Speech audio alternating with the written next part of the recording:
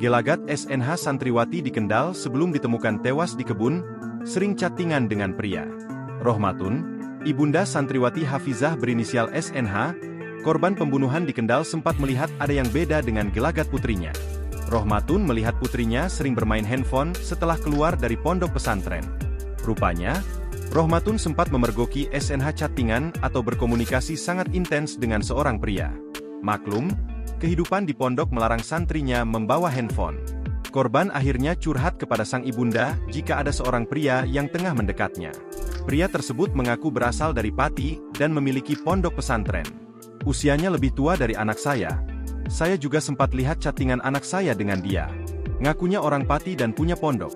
Ungkap Rohmatun ditemui di rumahnya di Gempol Bapang RT 004002 Kelurahan Brangsong, Kecamatan Brangsong Kabupaten Kendal, Kamis, 17 Oktober 2024. Ia menjelaskan, kedekatan anaknya dengan lelaki tersebut berawal dari momen perkenalan lewat media sosial Instagram.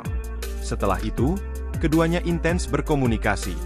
Diakui Rohmatun, anaknya terbilang cukup pendiam, sehingga dirinya acap kali yang harus lebih aktif untuk mengetahui aktivitas anaknya. Namun keluarga tak menaruh curiga kepada sosok lelaki tersebut, termasuk ketika lelaki itu menolak berkunjung ke keluarga SNH. Ibu korban, Rohmatun mengungkapkan putrinya sempat diajak menghadiri pengajian Habib Lutfi di Pekalongan. Putrinya pun tak begitu saja mengiyakan ajakan lelaki misterius itu, dan meminta izin langsung kepada keluarga jika ingin mengajaknya keluar. Namun rencana pertemuan itu batal lantaran pria tersebut tak kunjung datang ke rumah SNH. Entah kebetulan atau tidak, hari itu merupakan jadwal haul nenek SNH di rumahnya. Alhasil, SNH pun memilih mengikuti acara haul dan mengurungkan niatnya menghadiri pengajian di Pekalongan.